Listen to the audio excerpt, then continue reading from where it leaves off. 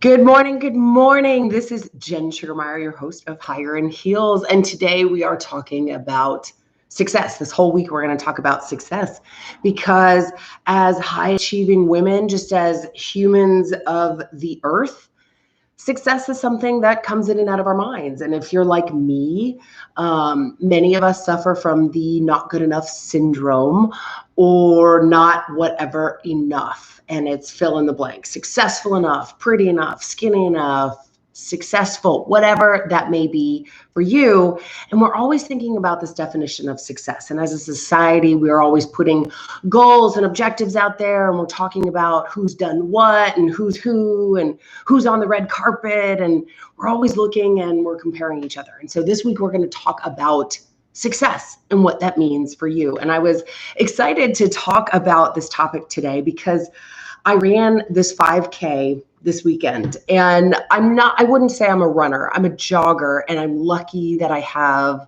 long legs. I'm 6'1". I have a 37-inch inseam, and so I'm lucky in that regards. But I jog. I'm not a runner. I see these runners, and they've got their technique, and they run with their heels or they run with their toes. I think they run with their toes first. I think I'm just like, I don't think I'm very graceful when I run, jog, whatever.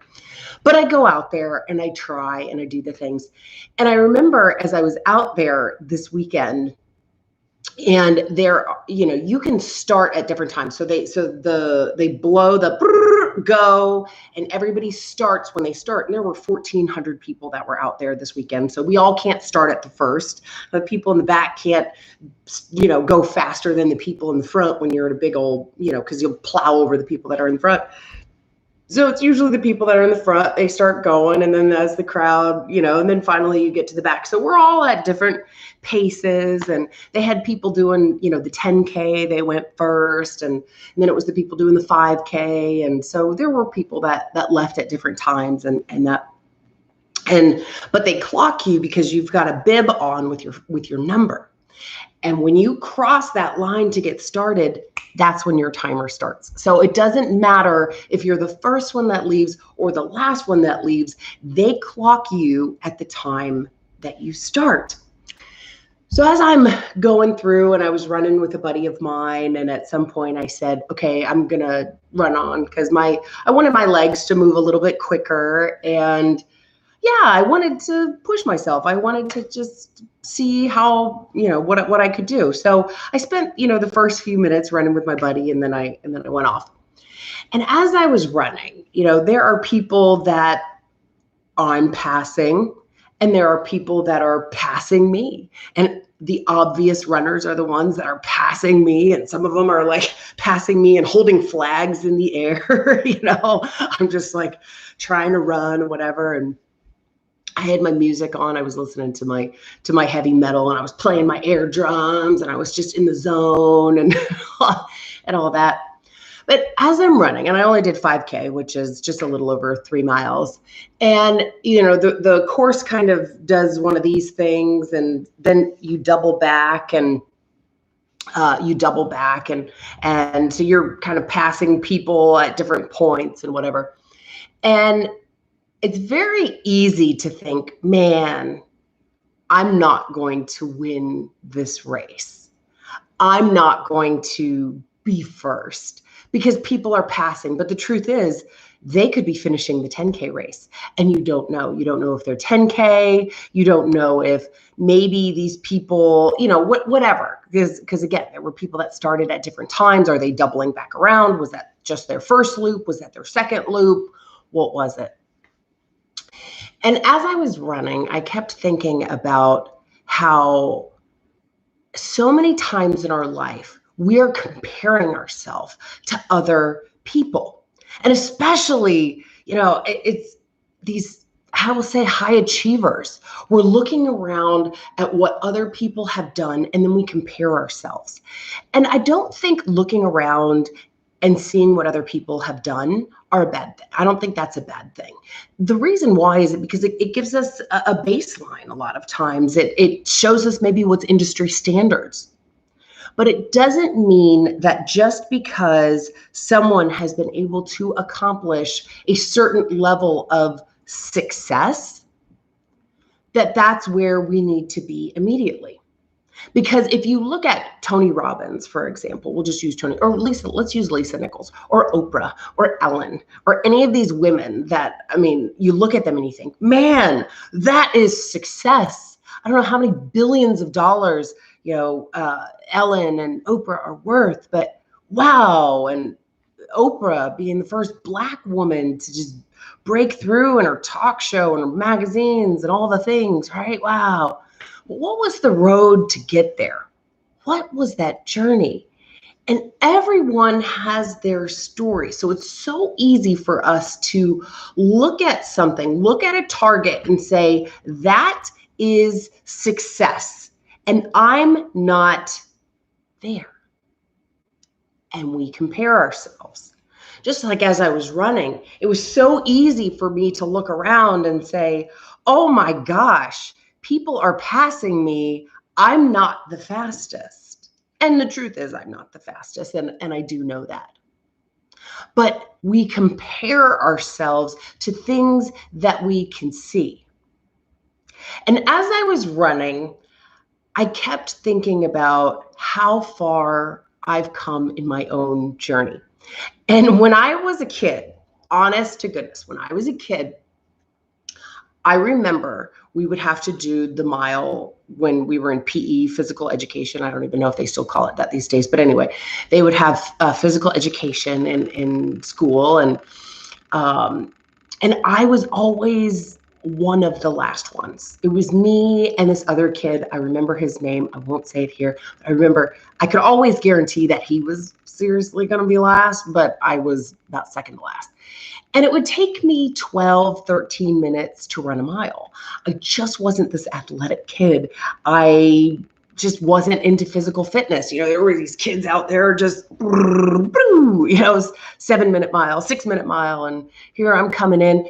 I used to do this. I remember envisioning a rope, and I would pull this rope. Come on, Jen, you could get to the end. And I would run like this. Now I play my air drums and do this while I'm listening to my music. But as I was a kid, I was pulling this rope to help motivate me to get me to the end. And it was 12, 13 minutes. And all the kids were off. They weren't even sweating anymore. They were done sweating. And here I am. I'm almost 40 years old. And I am passing some people. People are passing me and I'm passing people. And the truth is, I just felt good. Regardless of who I was passing or who was passing me, I felt really strong. I felt my legs. I felt my feet. I was just enjoying what I was doing. I had on my music and I was just in the zone. I'm like, I'm going to finish. And I was coaching myself as I was going through this. I'm like, you can do this, Jen. You have done hard things. Like, you can do this. You've done other amazing things. I mean, look at your accomplishments with your business, and you're starting a show, and you've overcome, you're in recovery, and whatever. Like, things started going through my mind, and I'm like, yes, if I can do that, I can do this. And you know what? I don't know who started at what spot. I don't know if they're circling me, but it doesn't matter. And here was something that I figured out. Something that I observed, when I started to pay attention to what some other people were doing, I was not as focused on what I was doing. So here I am putting effort. I mean, not a ton of effort, but I was putting some of my effort. I should be putting all of my, my energy into this run. But I'd look around and then I'd start thinking, and then I'm like, oh, wait, hold on, back to focusing. And I'd go back to coaching myself or singing the song or whatever. So there were just a couple of times that my mind kind of went off, and I'm like, oh, I wonder how fast they're going, or I wonder what's happening over there. And I would get distracted from what I was doing. And when I was in my zone, that's when I could really focus on one step, the next step, the next step, the next step, the next step. You can do this, Jen. You can do this, Jen. And so when I was just focusing on me, I got into a rhythm. I got into my flow. It didn't matter what anyone else was doing. And you know what? I decided at some point, who cares? I'm just glad that I'm here and I'm present and that I'm able to run. I saw someone that was out there and they had, they must have, I don't know if it was an issue with their knee or what it was, but they had one of those machines where, you know, they were basically scooting along because their knee was up on this contraption. So they were kind of doing one of these things. And I thought, man, if this person is out here just kind of trucking along, I mean, how grateful should I be for my legs that are able to take me from point A to point B, not having to rely on those. And that person could think, man, I'm so grateful to be out here because I didn't even think I was going to be able to make it because my legs weren't working at all a couple of months ago. So it doesn't matter where you are. It's looking at the gratitude that you have within yourself. And when I got into my zone and I was just grateful for my legs and I was grateful for my feet, I remember that last sprint and I'm like, I'm just giving it my all. And I'm not a fast runner, but I can get a little burst of energy and I feel my legs just like a gazelle. That's when I can like move into, and I just felt them and I was like, oh, I'm done. I'm done. And I didn't care about anyone else's time. I didn't care and I didn't know because we all start at different points. It was all about me. And here's a little fun fact, and this didn't even matter to me, but it was just something that I went up to the booth to figure out, to one of our race members wasn't able to join us. So I was going to get her bib because you can get free beer and I was giving it to my friend. So I went up to go and say, hey, you know, this was after the race. And I said, hey, there was one packet that I still need to pick up. It was for a friend of mine that didn't show. I was just getting the bib, not the packet, because we were just getting anyway, it doesn't matter. So as I was getting that, they said, well, what's your name? And I said, Sugarmeyer. And they said, well, how old are you? And they looked at my category and they said, here's your medal. You got first in your category. I was like, what? Are you serious? I didn't even know. I didn't know that was a thing. I didn't even know. I had no idea that I had won. And the feeling, I was like, what? Are you serious? Like, yes, Jen, yes. You see, I had it inside of me. I wasn't worried about competing with all of these other people. It was just me. And I decided that I wasn't going to compare myself. I wasn't going to get caught up in who was passing me and who I was passing and all of the things, because that truly distracted me. It distracted me from what I was doing, from focusing on the road, from focusing on one step in front of the other, from focusing on the coaching that I was giving myself as I was going through this. And guess what? I won. And that wasn't even the thing that I really cared about. I really just enjoyed the whole process. So I mention all of this. I talk about my story for 13 minutes now because I think it's so important as us high achievers, as we're going out and we're defining success, and as we're starting to compare ourselves to other people, that we really be cautious of doing that. And it doesn't mean don't have big goals. Don't strive to be an Oprah. But if you're like me, it's easy for us to look at Oprah here, to look at Ellen here, to look at Lisa Nichols and say, I'm not there. And for us to not enjoy the journey. They say it's not about the destination, it's the journey. And that couldn't be more accurate. Good morning. I see you. Good morning.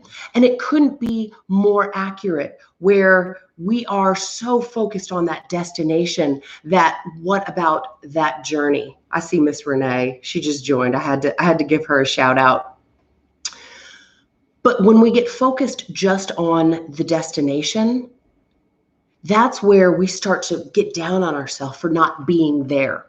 As I jumped out of my corporate career and I started doing my own entrepreneurial journey, this is where I found that meeting yourself right where you're at is so incredibly important. I was leading global teams. I was sitting in the big boardroom having budgeting conversations for the year with the executives. I was, talking about when the company was, maybe downsizing or saving money or whatever we were doing. Like I was in these big conversations and I was, doing bigger things, right? If that's what you want to call it. I mean, I had worked up in my career, I had worked up to this level, and that came with certain responsibilities. So that responsibility is what I was doing. And as I jumped out of corporate, here I am now trying to figure out how to build a website, how to start a podcast, even this morning, I was fiddling around with YouTube. I don't understand YouTube yet. And there's a little more behind the scenes that you have to do to get prepped. And last week, my mom called me and she was like, do you know that you have a picture of you out there doing this? I'm like, oh my gosh, because YouTube does this freeze frame of your face and it's like, smile for the picture. And I was like, because then I go back and I change the thumbnail, but I didn't realize that if you do it in two different screens that you end up having two different versions out there. So I had one version with my thumbnail and the other one like, and I was just kidding. But my mom's like, do you know that that's out there? And I have to just laugh at myself and just say, that was a learning experience. And that's that. So now I know that two legitimate things can be out there and that I don't have to look at that as a failure. I can look at that as a win because now I know. And now I know that if I do this, that you all may see that. So, I had to meet myself as saying, okay, I was doing these things before, but take gratification in what you're doing the moment by moment, because we are living moment by moment by moment. And Oprah is still on her journey. Oprah is still growing and doing, and who knows what the next phase of her life may be. She may say, I'm not successful. I really want to be the Queen of England. So until I become the Queen of England, I may not be successful. And all of us would say, are you kidding me, Oprah? You are like an icon. That's not even a word big enough for what you've done. But Oprah in her mind may not think that she's an icon or has done anything special because she's not the queen yet. So you see, our definition of success is all about what we make it and we define it. And as we are going through life, I want to encourage all of you to look at that definition and have you set your mind only on that end state goal? Or are you celebrating those small wins along the way? Are you focused on the other runners? Are you focused on the other players and what they've done and where they're at? Or are you just focused on your journey? When we start to turn our lives into gratitude, everything changes. Everything changes. I could say, yeah, well, so what? I ran a race. Well, there was someone out there that wanted to run, but their legs didn't work. So you know what? I need to be grateful for my legs because they do work today. And that person that was scooting along and doing this thing. And, it's like this, you know what I'm talking about? They're like, choom, choom, choom, choom. I'm like, man, that's going to take forever. But I'm sure they were so happy that they had that one leg. Now, maybe next year, both legs will work. I don't know. Maybe not. But there was someone today that didn't wake up. It's going to happen to all of us. And today, you woke up because you watched this. You woke up. Someone didn't get to. We need to celebrate that. Wow. Thank you, heart, for continuing to beat. Thank you, mind, for continuing to serve me. Thank you, eyes, for continuing to blink and lungs to breathe and all the things.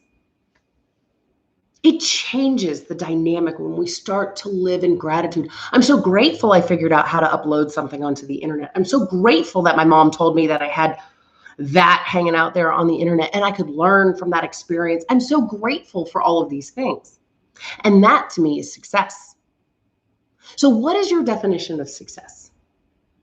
Are you enjoying the journey along the way? Or are you only focused on that end state goal?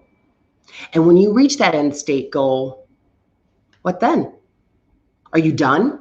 Have you arrived? Or are you on to the next thing? I want to encourage you to meet yourself where you're at. This week, we're going to be talking about your definition of success. Wednesday, why words matter. We're going to dig into that this week because every day we wake up and we're doing things and we're accomplishing things. And I want you to feel successful every single day because you are. You are successful every single day. And only you can define that success. So with that, I want to tell you that you are loved, that you are valued, and that you matter. And I want you to come back here tomorrow. Make sure you like, make sure you subscribe. Tomorrow is Let's Talk About It Tuesday. So I want you to send me an email. Ask me a question about defining success, or let's coach you through something that you're going through. It's higherandheels@gmail.com. You can also find all this information out on the website, which is higherandheels.com. Simple, trying to keep it simple here. Remember, ladies, only you are responsible for your success in that definition and what it looks like to you. I'm excited for this week and all the amazing conversations we're going to have. So until then, ta-ta for now. Love you. You matter. I'm coming up. I want the world to know. I gotta learn those words.